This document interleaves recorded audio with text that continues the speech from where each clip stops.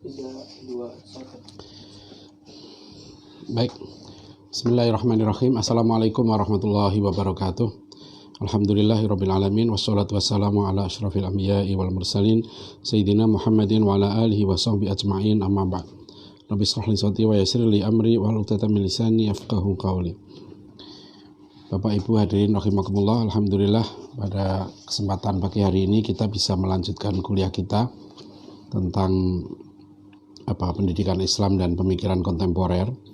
Yang kali ini kita akan membahas tentang salah satu pemikiran kontemporer yang sangat-sangat masif ya dikembangkan di berbagai dunia, yaitu faham pluralisme agama. Jadi jangan salah faham bahwa yang kita bahas ini adalah faham pluralisme agama ya dalam kaitan teologis.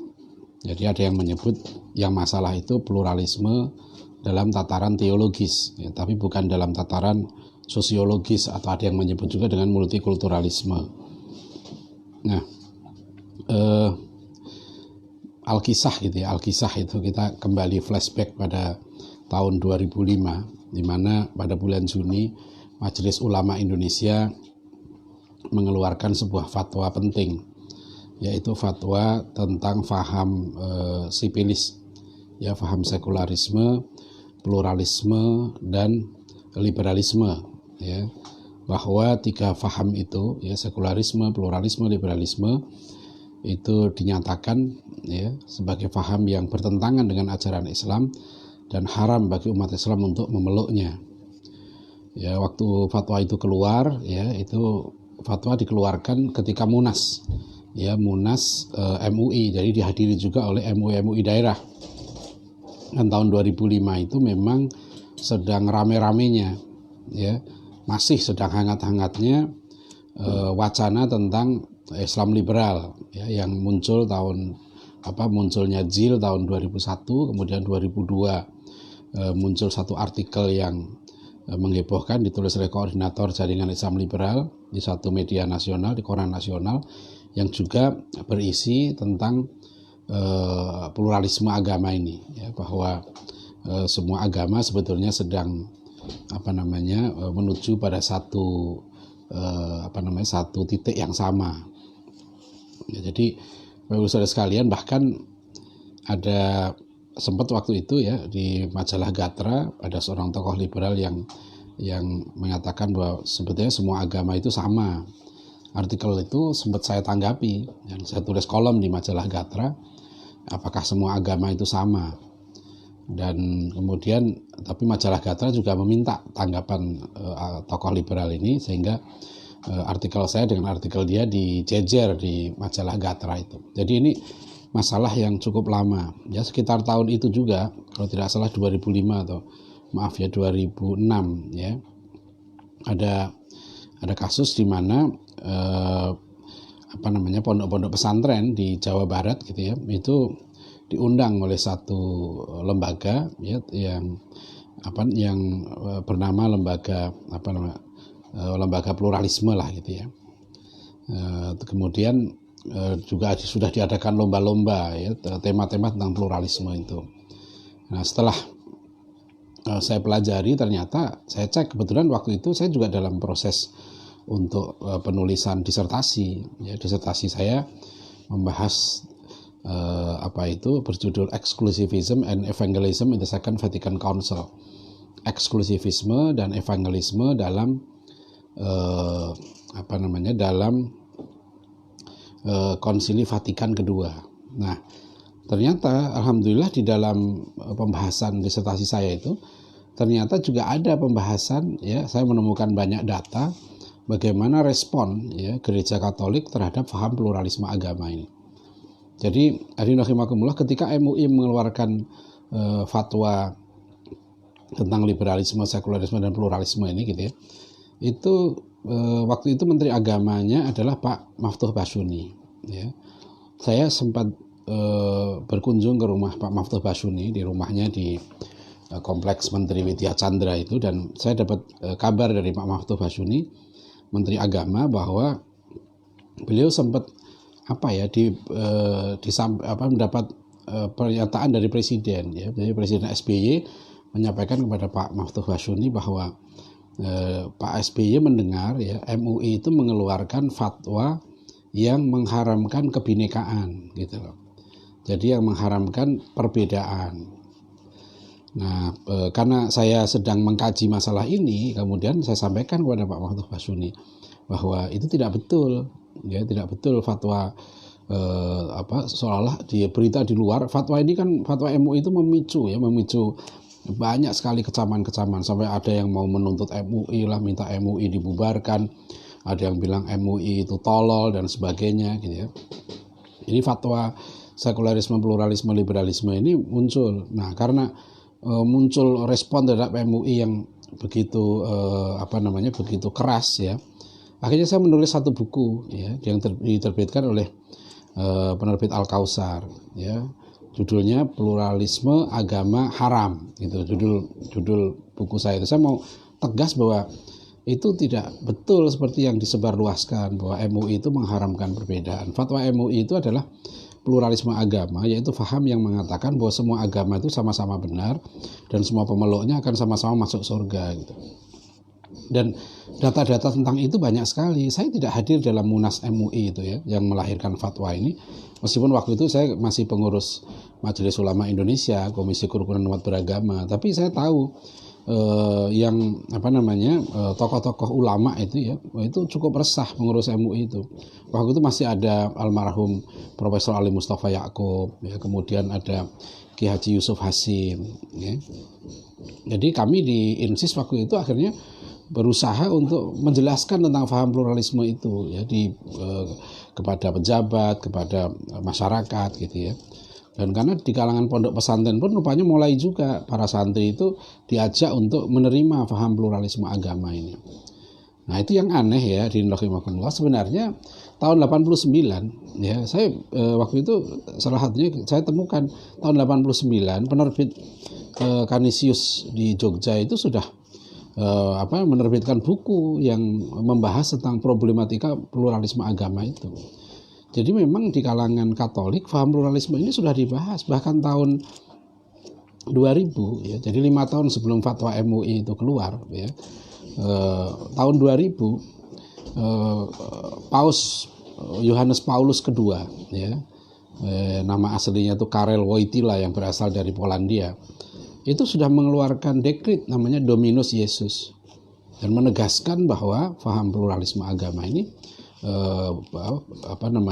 bertentangan dengan ajaran agama Katolik, dan bahkan kemudian dibuatlah daftar ya dicabut lisensi ya teologi pastor-pastor Katolik yang menganut paham pluralisme agama ini. Salah satu korbannya adalah Profesor Jacques Dubois yang di Vatikan sendiri, karena dia dianggap menyebarkan paham pluralisme agama. Dan dalam dekret Dominus Iesus itu ditegaskan ya bahwa satu-satunya jalan keselamatan menuju Bapa ya istilahnya itu hanya melalui Yesus gitu ya. Jadi Katolik juga menegaskan. Nah, oleh karena itu dalam disertasi saya ya, saya mengkaji dokumen Ad Gentes ya. Dokumen Ad Gentes ini dokumen misi ya. Jadi ada 16 dokumen yang dikeluarkan oleh Konsili Vatikan kedua ya.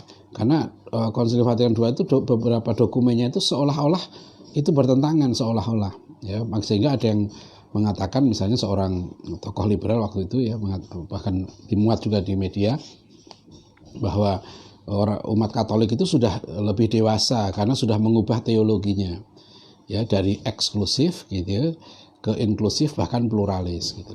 Itu juga ada beberapa pengamat liberal yang menyatakan bahwa Konsili Vatikan kedua itu telah mengubah.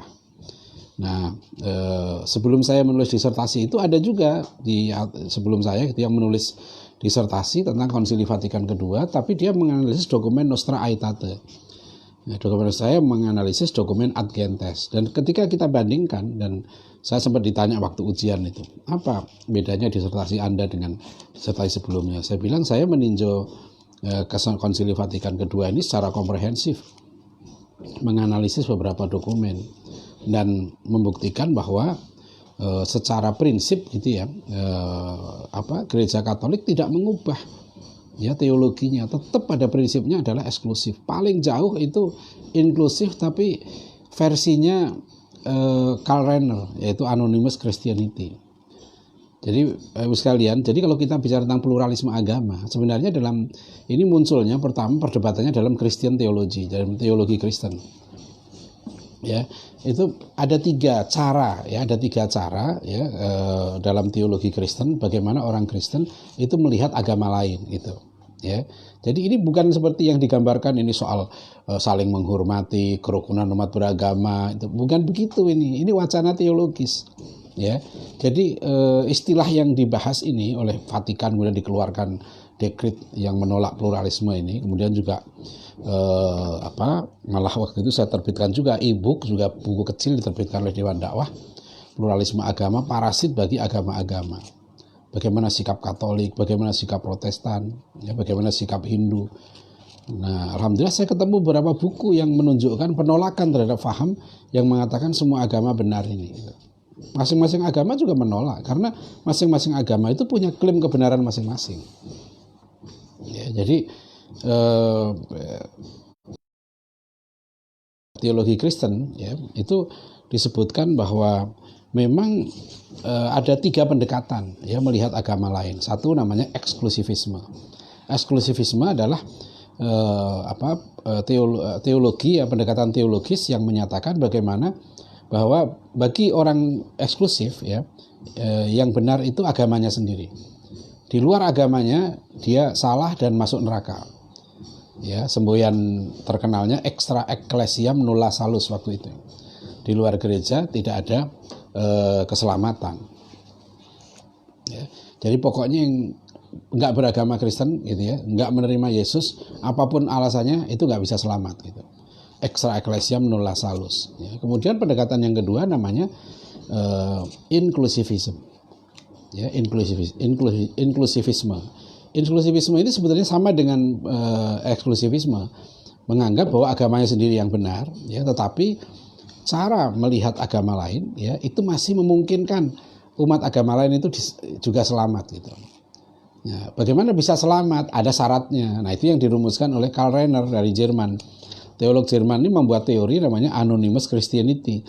Jadi orang-orang, ya, masyarakat atau bangsa gitu, yang misi Kristen belum sampai pada mereka, Bible belum diterjemahkan dalam bahasa mereka, maka mereka itu sebenarnya sudah Kristen, ya, tapi tanpa nama. Gitu. Maka mereka bisa selamat karena mereka Kristen, tapi tanpa nama. Begitu misi Kristen sampai pada mereka, Bible sudah sampai pada mereka, mereka sudah kenal Yesus, maka mereka tidak boleh tetap dalam agamanya, harus menerima Yesus itu. Itu konsep inklusivisme. Makanya nanti yang ketiga ya setelah inklusivisme adalah pluralisme. Pluralisme ini faham yang mengatakan bahwa each and every religion is equally valid way to God. Ya, bahwa setiap agama itu adalah jalan yang sama-sama sah menuju Tuhan yang sama. Itulah yang kemarin kita bahas kan, ya, seperti piramida, ya, semua menuju Tuhan yang sama. Ya. Jadi seperti roda, pusat-pusat roda itu Tuhan, jari-jari itu ada agama-agama. Ya, jadi kemudian atau sungai-sungai ada yang buat gitu juga. Sungai-sungai akhirnya menuju pada laut yang sama. Jadi apapun agamanya, yang penting dia itu tujuannya sama katanya. Nah, Bapak Ibu Saudara sekalian, ya, masalah ini masalah serius, ya. Jadi pandangan, jadi orang itu tetap dia Muslim, ya. Tapi kalau dia pandangannya mengatakan bahwa semua agama itu benar, semuanya sah, semua pada hakikatnya menyembah Tuhan yang sama, itu masalah yang serius dalam akidah Islam. Ya. Jadi kalau kita bicara pendidikan Islam, maka yang harus jelas itu adalah konsep Islamnya. Nah, kalau konsep Islamnya sudah kabur, maka pendidikan Islam pun jangan pakai nama Islam di situ. Islam sudah jelas kan konsepnya, innad dina indallahil Islam. Jadi kalau kita pendidikan Islam menurut saya gitu ya, yang ditanamkan betul adalah mengapa kita Muslim gitu loh. Mengapa kita menerima Islam? Kalau kita nggak menerima Islam, udah nggak usah terima Islam. Islam itu kan nggak maksa. La ikraha fiddin. Ya, jadi kalau ada orang mau masuk Islam gitu ya, saya bilang ke dia, kamu sudah mantep belum? Ya, kalau belum mantep jangan gitu. Kalau mau masuk, segera masuk kalau sudah mantep. Karena nggak ada paksaan untuk masuk Islam, itu pilihan. Ya, kalau sudah mempelajari, faham Islam, mantep. Jangan coba-coba, dalam Islam nggak boleh coba-coba. Ya, nggak boleh orang tuh gini ya, saya coba dulu ya masuk Islam, ya sebulan deh. Kalau sebulan cocok, saya terus gitu. Kalau nggak cocok ya enggak, ya selesai, nggak bisa. Islam bukan coba-coba, Islam bukan baju. Ya, yang kapan suka dipakai, ya, kapan tidak suka dilepaskan. Islam nggak seperti itu. Di sini perbedaannya cara melihat agama. Jadi sebetulnya paham pluralisme agama. Ketika orang mengatakan bahwa semua agama sama, semua menyembah Tuhan yang sama, hanya eksoteriknya yang beda, cara menyembahnya beda, ritualnya beda, itu kan aspek luarnya gitu. Ya, makanya kemarin udah kita bahas kan, kalau Buya Hamka mengatakan orang seperti itu yang mengatakan semua agama sama, sebenarnya dia sudah tidak beragama. Kenapa tidak beragama? Karena bagaimana orang menyamakan antara tauhid dengan syirik, antara jalan yang lurus siratal mustaqim ya dengan jalan yang sesat yang salah. Kalau orang mengatakan semuanya sama, ya berarti ya dia sudah tidak beragama sebenarnya, karena sudah nggak ada nilainya agama bagi dia itu. Ya, semuanya sama. Ya, padahal dalam pandangan Islam ya nggak begitu kan, jelas tidak sama. Ya kalau sama ngapain kita berdoa, ya Allah tunjukkan aku jalan yang lurus. Ya, itu jalannya para nabi. Ya, kalau sama ngapain Rasulullah SAW ya mengutus para sahabat kemana-mana, ya, meminta Kaisar Romawi Persia untuk masuk Islam. Ya, bahkan Rasulullah diperintahkan oleh Allah dalam surat Al-Imran ayat 64. Qul ya ahlal kitab ta'alau ila kalimatin sawa bainana wa bainakum alla na'budu illallah wa la nusyrika bihi syai'an. Ya. Qul, katakan Muhammad, ya ahlal kitab, wahai ahlul kitab, wahai kaum Yahudi Nasrani. Ya, ta'alau ila kalimatin sawa. Marilah kita bersepakat atas kalimah yang sama. Apa itu kalimah yang sama? Adalah alla na'budu illallah. Kita tidak menyembah kecuali hanya Allah semata. Ya, nggak ada yang lain. Itu yang diserukan oleh Rasulullah SAW, diperintahkan langsung oleh Allah. Qul, katakan Muhammad, ya ahlal kitab, ta'alau ila kalimatin sawa bainana wa bainakum alla na'budu illallah wa la nusyrika bihi syai'an. Itu misi kenabian yang terpenting adalah misi tauhid. Ya, walaqad ba'atsna fi kulli ummatin an ibudullah wajtanibut taghut. Ya, maaf, walaqad ba'atsna fi kulli ummatin rasulan an ibudullaha wajtanibut taghut. Ya, sungguh telah kami utus pada setiap kaum gitu ya. Itu ada rasul, seorang rasul utusan. Apa misi rasul itu? Tugas rasul itu apa? Ya. Allah na'bud an ibudullaha wajtanibut taghut. Ya, agar kalian menyembah Allah semata dan menjauhi taghut. Itu misi yang utama. Jadi para nabi itu misinya itu. Misinya menegakkan tauhid. Karena kalau tauhid ditegakkan, ya, jadi kalau orang sudah mengakui Allah satu-satunya Tuhan, ya, Allah satu-satunya zat yang berhak untuk disembah, yang berhak untuk ditaati, yang berhak untuk mengatur kehidupan manusia, pasti dunia ini tentram, gitu kan? Karena kalau orang tidak menyembah Allah, ya, tidak menuhankan Allah, pasti dia menuhankan yang lain.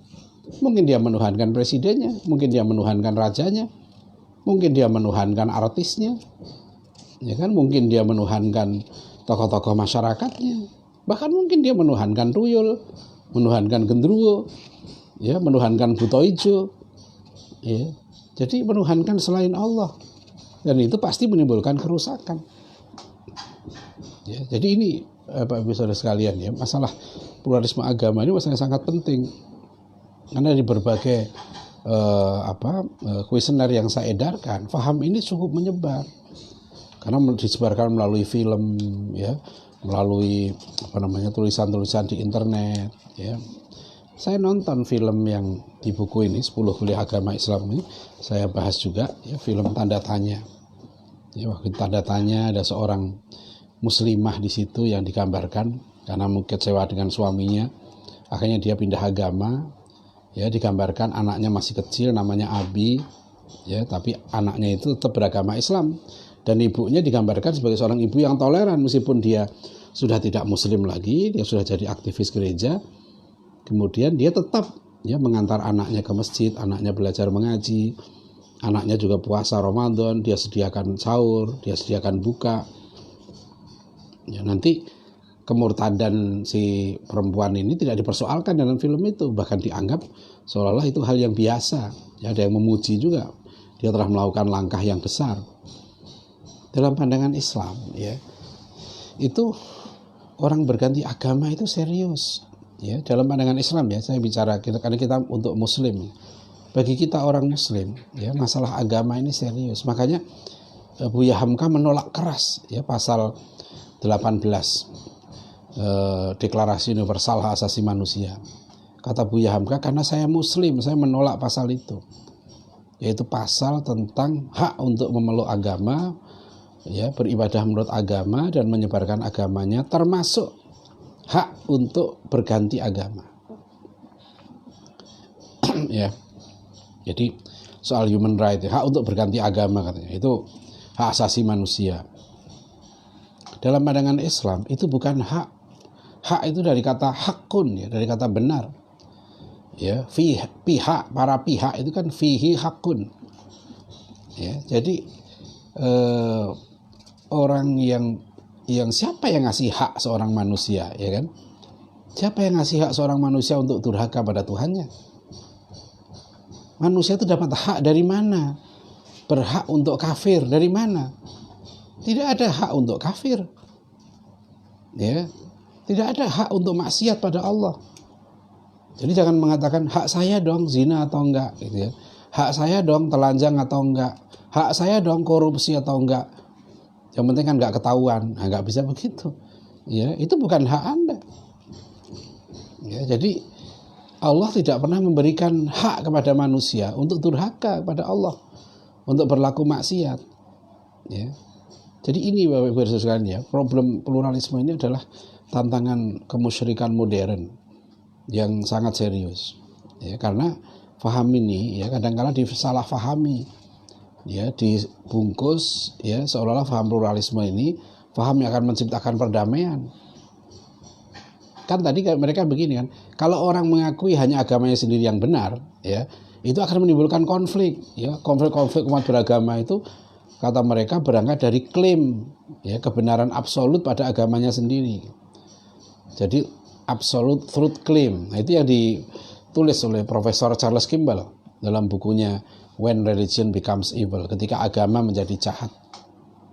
Ketika agama menjadi jahat, ada 5 tanda. Salah satunya adalah ketika pemeluk agama itu, ya, memiliki absolute truth claim, kebenaran absolut hanya pada agamanya. Itu termasuk agama jahat.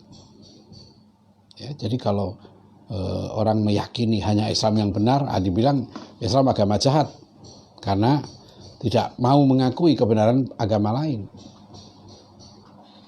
Kita nggak bisa begitu dong. Kita orang Muslim, ya.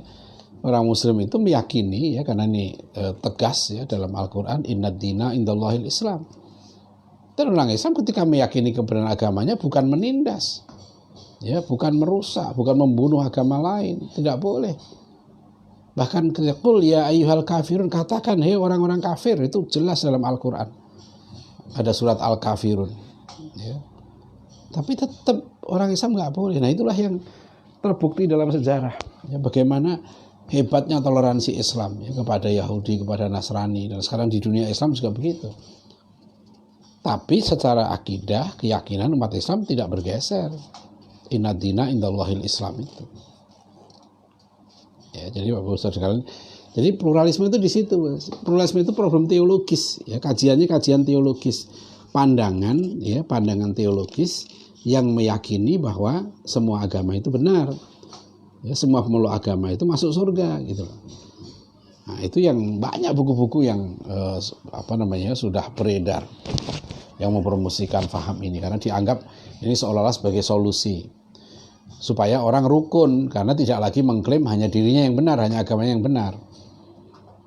Nah, itu yang tidak benar, kan? Itu nggak logis. Bagaimana mungkin orang tidak punya pandangan bahwa hanya dia yang benar, ya, menerima kebenaran semua agama, itu kan itu absurd, ya, itu senseless, ya, itu tidak masuk akal.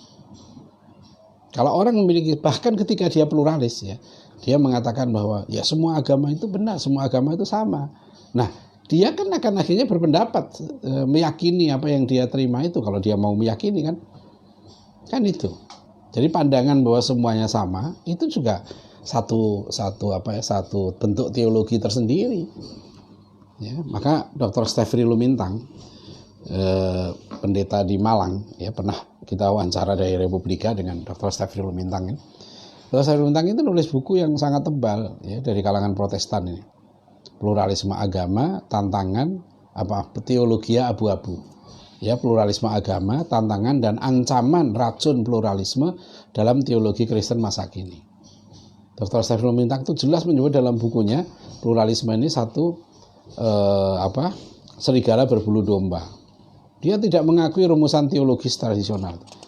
Ya, dia juga enggak mengakui Islam, ya kan, enggak mengakui teologi Kristen, Hindu dan sebagainya. Jadi katanya dia netral lah gitu ya. Nah, ini nggak bisa, Saudara sekalian. Ya. Orang itu nggak mungkin tidak berpendapat. Bahkan ketika dia mau berdiri di atas semua agama, gitu ya, itu pun ya dia sudah memiliki satu pandangan tersendiri yang sebetulnya juga dia yakini. Nah, sekarang ini yang banyak dikembangkan, ya, pusat-pusat studi agama-agama gitu ya, yang nanti pada taraf yang lebih rendahnya, ya, dalam taraf syariatnya gitu ya, bukan akidahnya, muncullah perilaku-perilaku yang menuju kepada sinkretis, ya. Ya, misalnya sekarang contoh kan salam 5 atau 6 agama gitu ya. Kan Majelis Ulama Indonesia Jawa Timur terutama sudah mengimbau para pejabat agar jangan menggunakan salam gitu ya, 5 agama itu. Karena sebetulnya salam kalau mau assalamualaikum warahmatullahi wabarakatuh gitu ya, selamat pagi, selamat sore udah cukup. Tapi kalau dia sampai mengucapkan namo budaya gitu. Namo budaya itu terpujilah Buddha artinya. Ya, namo budaya, ya kan? Salam, ya, kemudian salam-salam agama yang lain digabung jadi satu gitu. Itu ini menuju praktek amalnya, ya, menuju kepada sinkretisme dan juga relativisme kebenaran dan juga masalah agama itu. Relativisme kebenaran agama itu. Ya, ini yang saya anggap sangat serius. Jadi dalam dunia pendidikan, ya, ini luar biasa ini. Kalau pluralisme ini masuk, itu menggerogoti, ya, keyakinan, ya, akidah kita sebagai seorang Muslim. Karena seorang Muslim nggak mungkin mengatakan ya Tuhan yang satu itu bisa disebut siapa saja, cara menyembahnya boleh dengan apa saja gitu. Nggak mungkin orang Muslim seperti itu. Ya, orang Muslim yakin betul bahwa Tuhan yang Maha Esa, Allah SWT itu telah mengirim utusannya dengan bawa mukjizat, dengan wahyu yang merupakan mukjizat Nabi akhir zaman, yaitu Al-Quranul Karim. Ya, jadi dan itu ya Nabi yang diutus oleh Allah itu pada manusia sudah menjelaskan siapa Tuhan yang satu itu. Nah, kaum pluralis jangan dipelintir lagi gitu loh. Ya, jangan dipelintir seolah-olah belum ada petunjuk dari Allah untuk umat manusia itu. Sudah ada itu. Sudah ada. Dan kalau kita meyakini kebenaran agama kita bukan berarti konflik. Itu kan keliru. Pandangan seperti itu. Seperti Profesor Charles Kimball tadi. Jadi kalau kita tetap ya berakidah dengan benar, ya berislam dengan benar, kita yakin dengan agama kita sendiri yang benar, bukan berarti kemudian kita memusuhi pihak lain. Kecuali kalau mereka memusuhi umat Islam. Islam itu disuruh menyebar rahmat.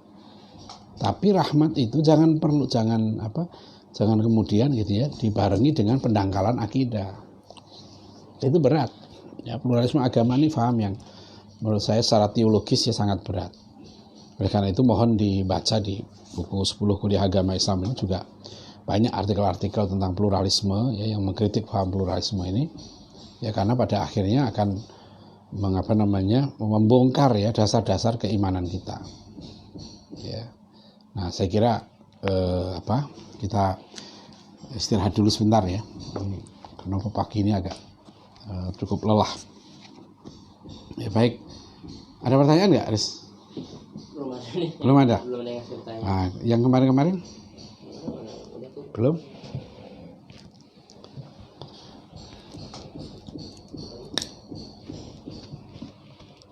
Yang tadi bagus.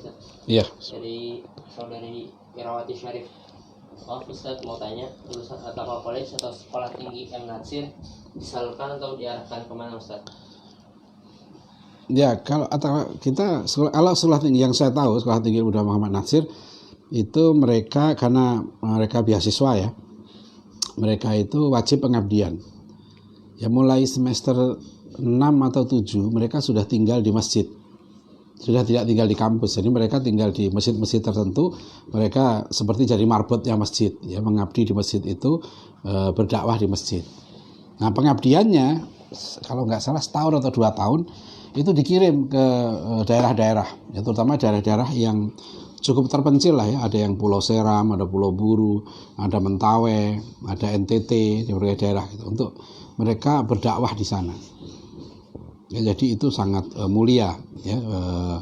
Nah, kalau At-Taqwa College kita belum ada rencana. Kita ingin pengarahannya dari segi potensi, ya, potensi masing-masing nanti insya Allah kita arahkan, ya, siapa yang nanti akan mendalami bidang keilmuan ini, siapa yang akan mendalami bidang keilmuan ini, siapa yang akan berkiprah di sini. Itu kita belum merumuskan kemana, ya, belum ada keputusan.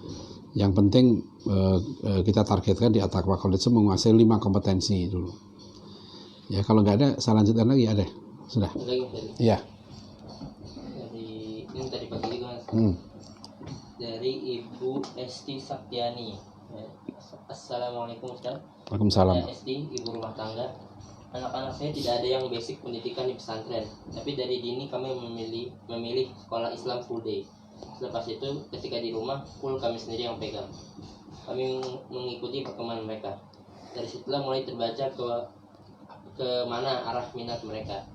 Untuk membangun spiritualnya kami libatkan anak-anak dalam semua aktivitas yang kita lakukan. Silaturahmi, misalnya seperti silaturahmi ke pondok, support kegiatan dakwah dan kegiatan sosial.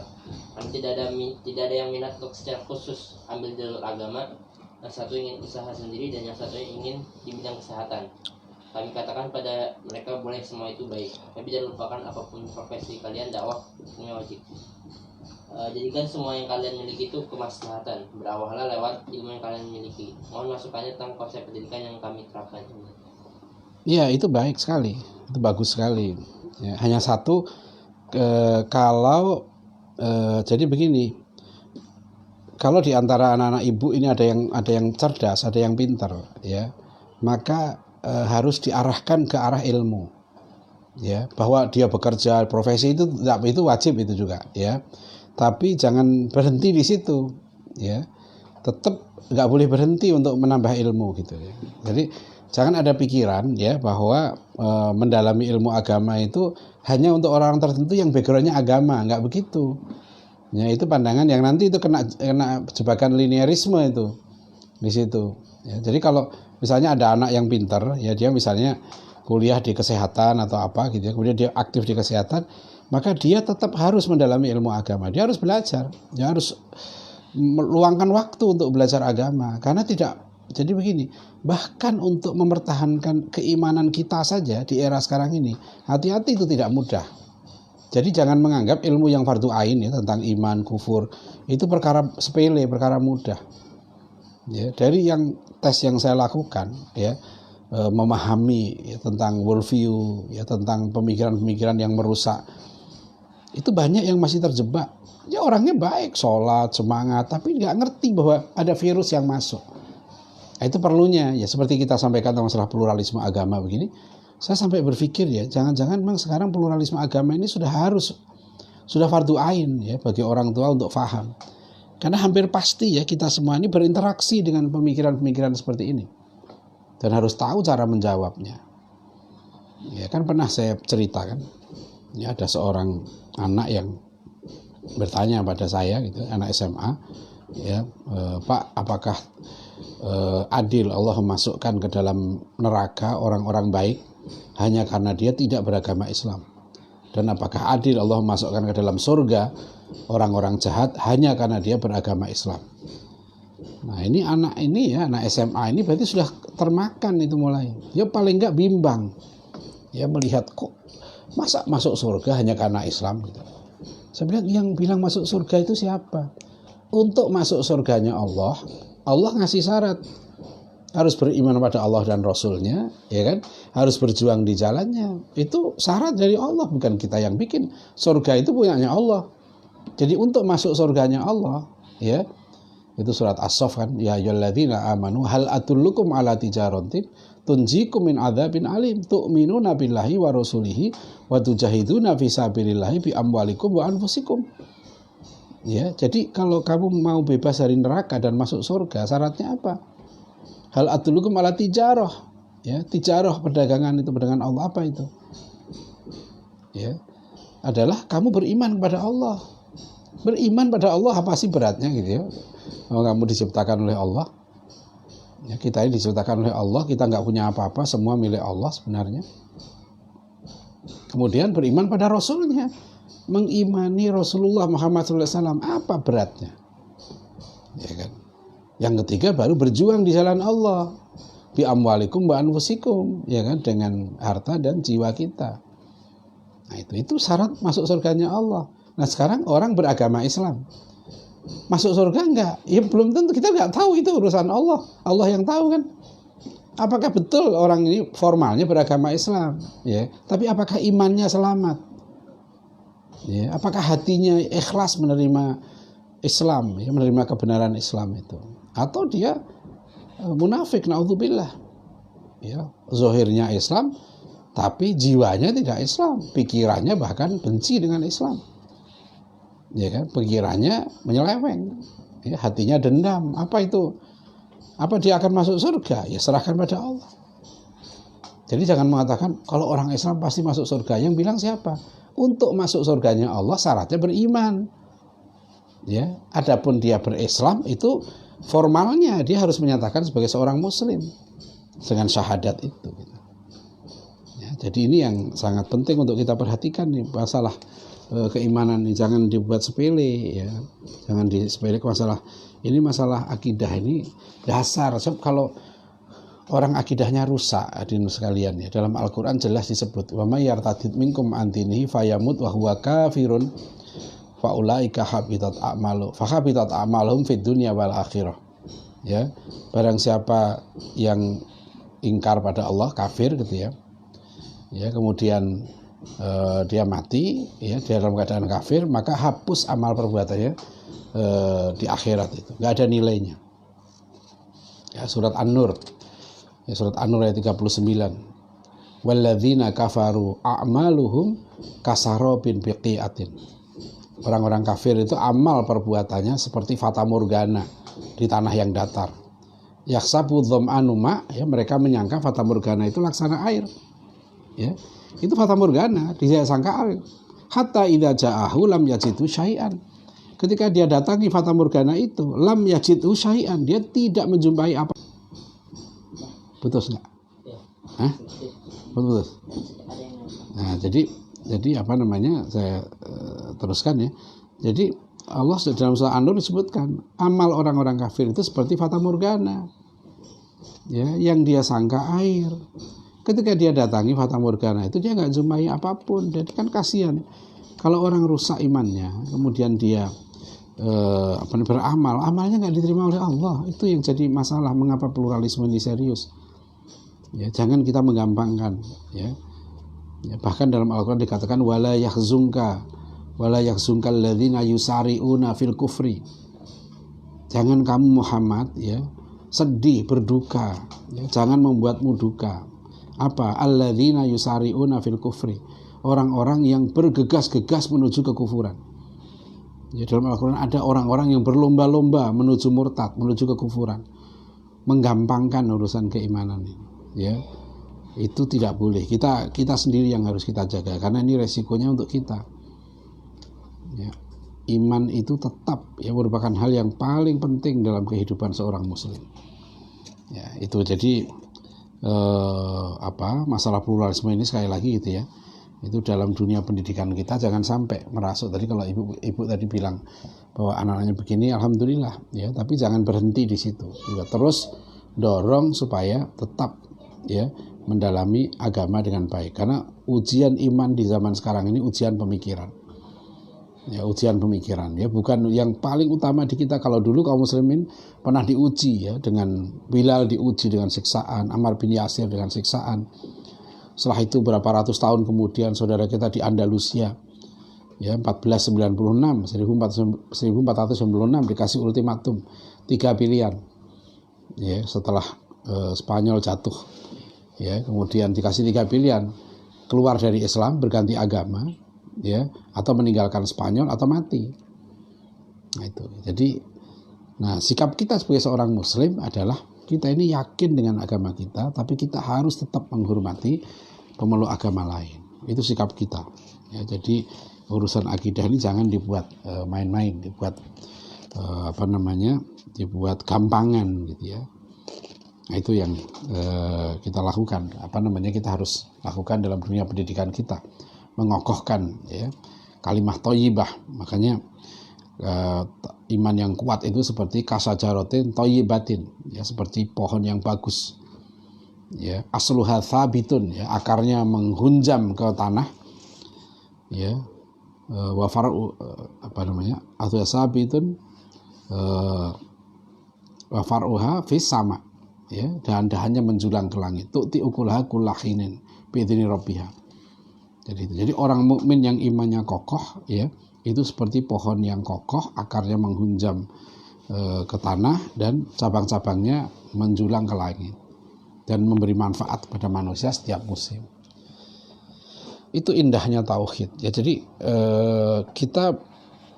pendidikan kita harus melahirkan kebahagiaan, dan kebahagiaan itu baru bisa dicapai gitu ya, kalau kita punya keyakinan.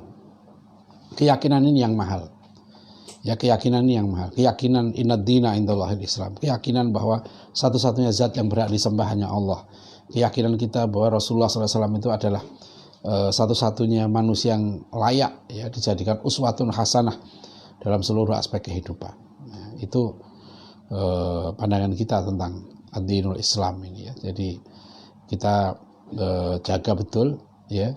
Kenapa kita harus jaga? Karena zaman sekarang ini Pak Ibu Saudara sekalian ya, tantangan imannya berat ya, sehingga dulu anak-anak kecil ya, ini yang karena pendidikan akidah kita masih lemah dari di sekolah-sekolah ini. Kalau di pesantren itu orang ngaji kitab Sulamut Taufik. Di kitab Sulamut Taufik itu bukan hanya diajarkan masalah keimanan, diajarkan ya mengenal ciri-ciri kekufuran ya, termasuk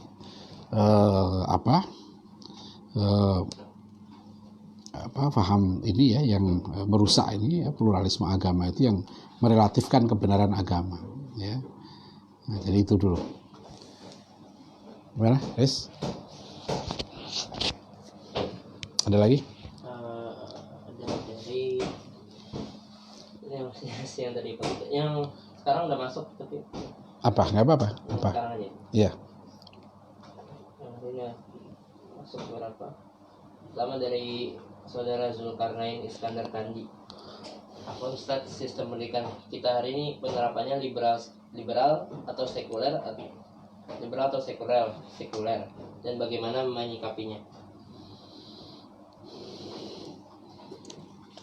Kita ini sekarang punya peluang ya, berkali-kali saya bilang kan dalam kuliah kita ini, dalam undang-undang pendidikan nasional kita itu diberikan peluang untuk kita menyelenggarakan sistem pendidikan sendiri ya, yang kurikulum kita sendiri ya, dalam bentuk terutama yang bentuknya non formal ya, dan juga dalam pesantren misalnya ada sistem muaddalah, itu bisa. Jadi memang pemerintah itu belum mau ya mendasarkan sistem pendidikan nasional itu sejak mengambil dari konsep-konsep pendidikan agama ya, maka dianggap kalau sekuler itu semua bisa menerima gitu. Padahal sebenarnya kalau menurut saya ya, seharusnya pemerintah itu justru ya memberikan kesempatan kepada masing-masing pemeluk agama untuk mengembangkan sistem pendidikannya sendiri ya. Jadi yang penting pemerintah itu menetapkan saja kompetensinya ya, nanti kerja pemerintah juga tidak terlalu berat ya.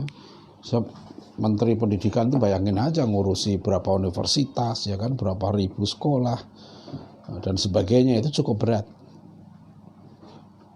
Jadi Yang penting saya lagi gitu ya, bukan apa pemerintah begini, iyalah kita maklum pemerintah ini dulu pendidikannya para pejabat kita juga mungkin banyak yang hampir semuanya kan bukan yang belajar agama secara intensif atau lulusan pesantren atau apa, itu enggak. Tapi kebanyakannya ya produk-produk pendidikan yang sekuler di dalam maupun di luar negeri gitu. Nah, tugas kita lah untuk menyampaikan terus. Kalau bagi saya sih tugas kita pada pemerintah itu menyampaikan, terus-menerus kita sampaikan. Ya, jadi kita tulis dalam bentuk artikel, dalam bentuk buku, ya kita sampaikan, siapa tahu ya Allah yang memberikan hidayah, memberikan petunjuk. Ya. Nah, begitu ya. Dari Aniliza sebenarnya ini dari saya pertanyaannya, Ustaz, kalau Taqwa College bisa via online? Oh iya. Atau kalau kuliah ini online, ya nanti mungkin akan ada juga kuliah yang lain online, tapi kuliah sifatnya itu audit. Artinya kuliah yang tidak masuk menjadi mahasiswa Taqwa College. Ya. Tapi kalau mau bergabung dengan Taqwa College menjadi mahasiswa Taqwa College, tidak ada kuliah online. Ya harus di pondok, karena inti dari pendidikan itu penanaman nilai kan. Apalagi di peringkat pendidikan tinggi, ya penanaman nilai itu melalui coaching, melalui mulazamah. Itu harus tinggal di pondok, ya. Kalau dia masuk menjadi mahasiswa At-Taqwa College. Tapi kalau ikut beberapa mata kuliah seperti sekarang ini sebetulnya kan kuliah seperti kuliah audit, cuma karena situasi virus ini gitu ya. Sekarang kita tidak berkumpul di pesantren. Biasanya kalau ada mata kuliah begini kita buka kesempatan mahasiswa dari luar untuk ikut kuliah. Ya, yang kuliah Islamic Worldview dulu, kuliah tentang konsep ilmu Imam Al-Ghazali itu pernah kita umumkan. Nah, sebetulnya tanggal 28 nanti rencana kita ada kuliah tentang Islamic Science, tentang Islamisasi ilmu. Tapi wallah alam ini ya, sampai kapan ini darurat virus ini, kita nunggu keputusan pemerintah ya, sampai kapan darurat virus ini akan berakhir. Jadi begitu. Kalau online tidak cukup, online itu sangat membantu ya, adanya fasilitas online ini sangat membantu untuk kita menyampaikan pembelajaran, tapi belum sampai kepada inti pendidikan, yaitu mengarahkan ya, membentuk kepribadian yang hebat gitu ya. Nah, itu yang belum kita lakukan. Ya, ada lagi dari saudara Raden. Assalamualaikum Ustaz. Salam. Bertanya, adakah orang yang tanpa ia sadari telah masuk di dalam pikirannya paham pluralisme, dan bagaimana cara menyikapi atau menghadapi seorang teman yang tetap bertahan dengan pluralisme agamanya saat di perguruan tinggi? Ya, banyak yang nggak sadar, memang justru banyak nggak sadar. Nah, itu baca novel Kemi. Baca novel Kemi itu saya sarankan, karena di situ ada orang-orang yang tidak sadar dan kemudian disadarkan. Misalnya contoh yang paling banyak itu ya berawal dari relativisme. Biasanya begini, saya kasih soal begini, Tuhan itu mutlak, ya. Jadi jawab ya setuju tidak setuju gitu. Nah, pertanyaannya begini, Tuhan itu mutlak dan manusia itu relatif. Oleh karena itu ya, setiap pemikiran manusia, semua pemikiran manusia adalah bersifat relatif. Nah, karena pikiran manusia relatif, maka tidak mutlak kebenarannya. Nah, karena tidak mutlak kebenarannya ya, sehingga manusia tidak boleh mengklaim dirinya sendiri yang benar ya. Yang tahu kebenaran yang mutlak hanya Tuhan, manusia hanya tahu kebenaran yang relatif. Itulah yang dikritik oleh Pak Rashidi dalam buku 4 kuliah agama Islam di perguruan tinggi, Hikayat Gajah dan 4 orang buta. Ya, jadi dianggaplah orang buta ini seolah mewakili berbagai agama. Jadi kalau masing-masing agama gitu ya, itu seperti mengklaim ya, satu orang buta pegang gajah itu ekornya seperti cambuk, ada yang pegang kakinya seperti bambu yang besar, ada yang pegang kupingnya seperti kipas, ada yang pegang belalainya katanya dulu. Nah, semua 4 orang buta ini nggak ngerti gajah kayak apa, dia cuma pegang sedikit-sedikit ya. Nah, mereka mengklaim yang paling benar sendiri gitu loh. Lalu ujungnya adalah dikatakan, sudahlah kamu kan merasa benar sendiri, sebenarnya kamu itu nggak ngerti yang benar gitu. Itu ujungnya. Jadi relativisme itu ya akhirnya mengatakan bahwa ya hanya Tuhan yang tahu kebenaran ya. Kita manusia ini nggak tahu, maka jangan mengklaim kita sendiri yang benar, ya. Jangan mengklaim, ya kan, yang lain itu salah, hanya kita yang benar. Nah itu yang katanya paham yang toleran kayak begitu. Gitu. Nah ini tentu ya bagi kita orang Muslim jelas keliru soal kebenaran, karena kebenaran itu sudah datang ya dari Allah, disampaikan kepada Rasulnya. Rasulullah SAW sudah menyampaikan kebenaran itu pada kita melalui pewaris Nabi, melalui para ulama. Ya, jadi kita nggak bisa lagi mengatakan bahwa yang tahu kebenaran itu hanya Allah. Ya, saya sampai kalau ada mahasiswa begitu ya, hanya Tuhan yang tahu kebenaran. Saya tanya, Nabi Muhammad itu Nabi bukan? Tuhan bukan? Bukan. Nah, tadi kamu bilang hanya Tuhan yang tahu kebenaran yang pasti. Nah, sekarang Nabi Muhammad itu Tuhan bukan? Bukan. Kalau begitu Nabi Muhammad itu tahu kebenaran yang pasti nggak? Nah itu baru ya kan, nggak bisa begitu. Manusia itu dengan akalnya gitu ya, dikaruniai Allah ya, dengan ilmu pengetahuan, mendapat ilmu pengetahuan, dengan akalnya dia bisa menentukan mana benar mana salah. Ya, jadi kalau orang yang tidak mengakui kebenaran itu namanya faham orang sofis. Ya, ini musuh ya di kitabnya Syekh Nuruddin Araniri, Turul Faraid fi Bakhtil Aqaid, atau di dalam kitab Nasafiyah ya, itu juga disebutkan ya, haqaiqul asya'i tsabitatun wal ilmu bihi mutahaqqiqun khilafan li sufastaiyah. Ya, hakikat segala sesuatu itu tetap, dan mengilmui itu hakikat sesuatu itu adalah mungkin, itu nyata, wal ilmu bihi mutahaqqiqun. Ya. Khilafan li sufastaiyah, ya, berbeda dengan kaum sofis. Nah, itulah. Ya, kaum sofis itu bahasa tulisan Profesor Muhammad Nur di majalah Islam ya, dan di buku beliau juga. Kaum sofis ini ya ada sofis Indiyah, ada sofis La-Adriyah, ada sofis Inadiyah. Jadi kaum sofis yang La-Adriyah itu yang agnostik, ya dia nggak tahu. Ya dia nggak mau tahu tentang benar salah. Pokoknya dia hidup aja gitu ya. Nggak penting salah benar itu. Ya, kata ini La-Adriyah maknanya I don't know. Saya tidak tahu. Jadi I don't knowism gitu ya. Ini apa namanya? Saya atau ketidaktahuanisme gitu ya. Tidak tahu.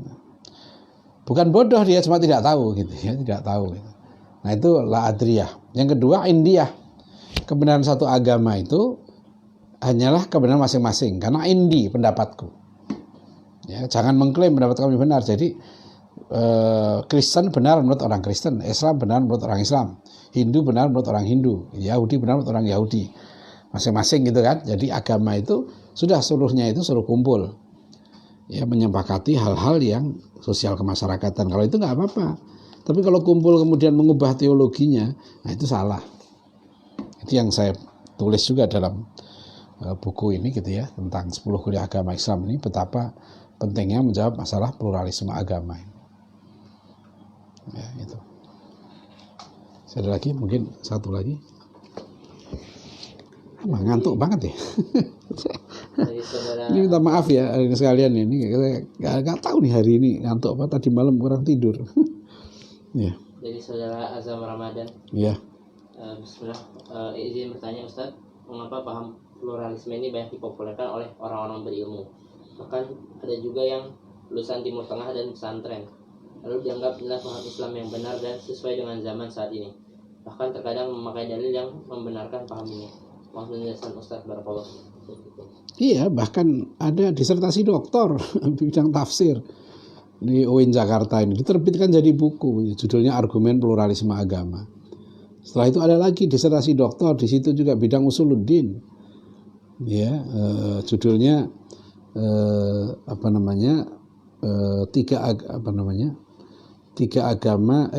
judulnya satu Tuhan banyak agama. Nah itu saya kritik, itu judul disertasi itu, saya tulis artikel judulnya Satu Tuhan Satu Agama, karena Allah itu satu, Allahu Ahad, dan Allah hanya menurunkan satu agama kepada para nabinya, ya, yaitu ad-dinul Islam, yaitu ad-dinul tauhid. Agama yang bukan mengajarkan tauhid, ya, tidak menuhankan Allah sebagai satu-satunya Tuhan, berarti dia bukan agamanya para nabi gitu. Ya, atau agama itu sudah diselewengkan dari ajaran para nabi. Jadi ada yang ya gini ya guyonannya gitu. Kok ada yang lulusan perguruan agama, ada lulusan Timur Tengah juga salah gitu. Ya itu candaannya begini, iblis itu lulusan surga, kurang apanya coba? Ya kan? Itu sesat, aba wastakbara wa kana minal kafirin. Ya, saudara-saudara Rasul, paman Rasulullah kurang apanya? Abu Jahal, Abu Lahab itu, ya kan? Paman langsung dari Rasulullah. Ya, setiap hari bisa ketemu Rasulullah, sama-sama tinggal di Mekah. Ya. Itu menjadi musuh utama. Jadi jangan heran kok lulusan pesantren, lulusan ini. Kenapa? Jangan heran, ya.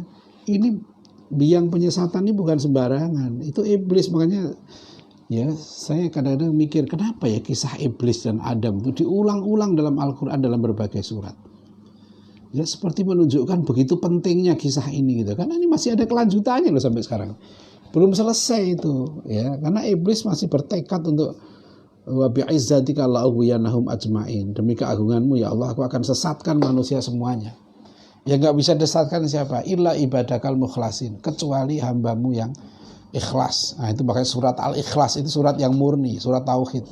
Qul huwallahu ahad.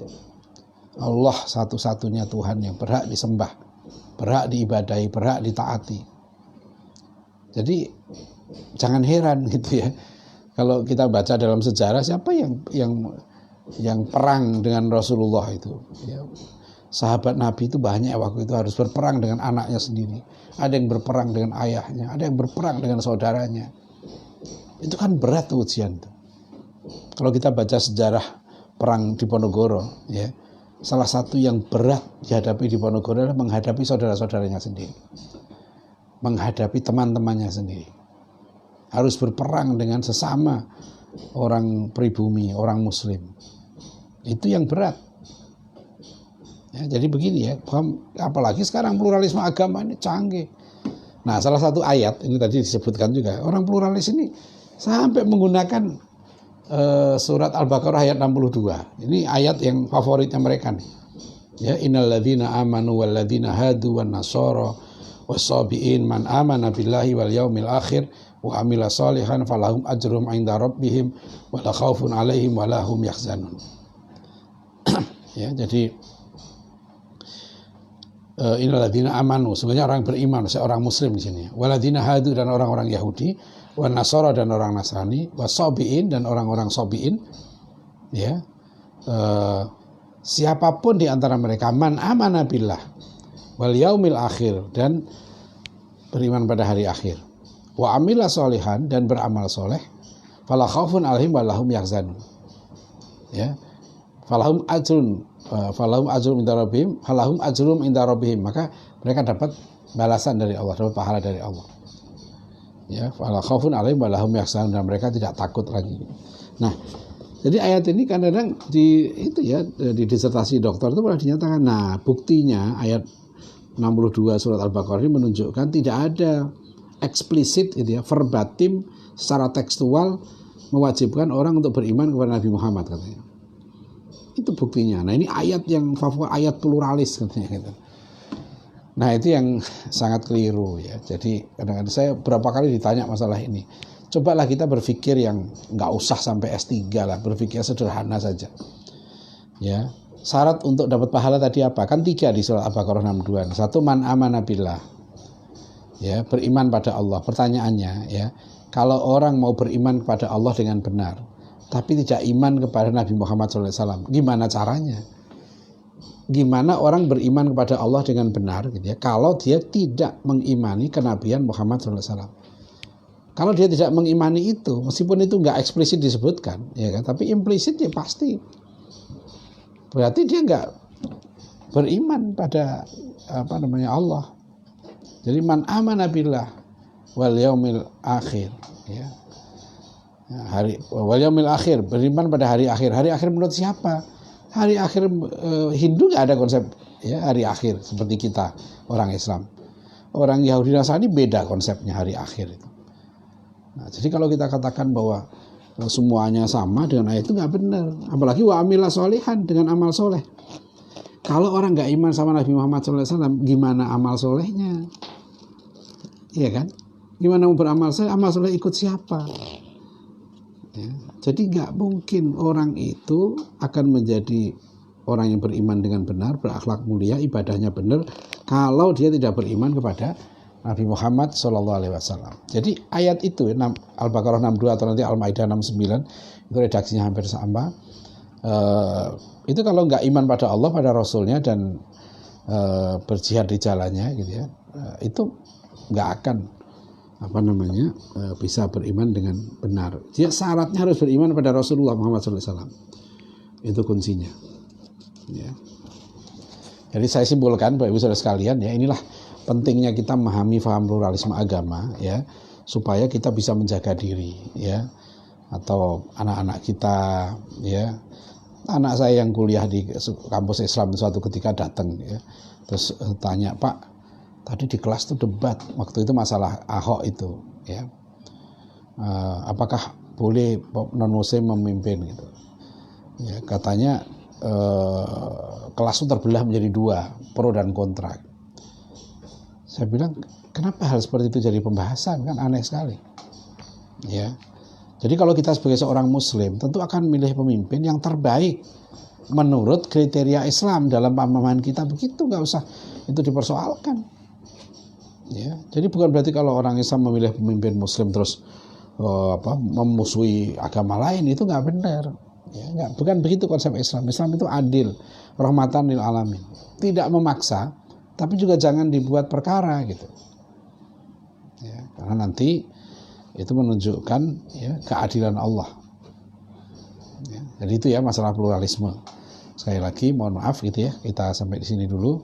Insya Allah nanti malam kita lanjutkan lagi dengan paham yang lain. Ya, jadi saya simpulkan dulu, ini penting sekali paham pluralisme agama, karena pendidikan Islam tidak akan sukses, akan melahirkan manusia beriman, bertakwa, berakhlak mulia, dan orang yang berbahagia, gitu ya, tanpa keyakinan yang kuat, keyakinan akan kebenaran Islam. Ya. Nah, keyakinan kebenaran Islam itu akan runtuh, gitu ya, ketika orang ini terkena virus pluralisme agama ini. Itu perlu dijaga betul, ya, paham ini supaya tidak sampai menggerogoti, ya, keyakinan kita sebagai seorang muslim. Ya, kemarin saya kutip salah satu pernyataan Muhammad Iqbal, penyair besar Pakistan, ya, "Oh, you the victim of modern civilization, lack of conviction is worse than slavery."